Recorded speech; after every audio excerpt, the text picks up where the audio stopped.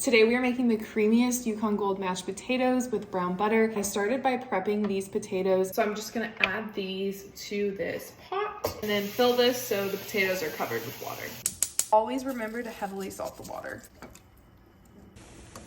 One of the most important parts about making mashed potatoes is making sure you warm up all the dairy. Sour cream, the milk, and the butter I'm gonna heat up first. And so since I'm gonna do that, I'm just gonna go ahead and start by browning the butter. We're basically just gonna cook this until it froths up and turns brown. Stage one is just to melt the butter. I'm gonna go ahead and bring it to a boil. Now you can see the bubbles kind of slow down, but it gets like this frothy layer. And finally, you'll see like these little pieces of almost like brown sand. Killed the heat, and now I'm gonna add in 4 cloves of garlic. And we're just gonna lightly saute this garlic. Okay, so my potatoes are done. As you can see, these are fork tender. The garlic has just barely sauteed in the residual heat from the brown butter, so we're gonna finish this off. With the heat on medium low, I'm gonna add in the milk, sour cream, season this with salt.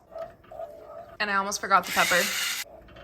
Now that this is warmed up, I'm going to turn it off and mash the potatoes. To mash my potatoes, I'm gonna be using a food mill. This is gonna make the potatoes super smooth, not lumpy at all. You can also use a meat masher or a potato masher by hand to get a lumpier consistency. Okay, now that the potatoes are rice, we're gonna add in the dairy.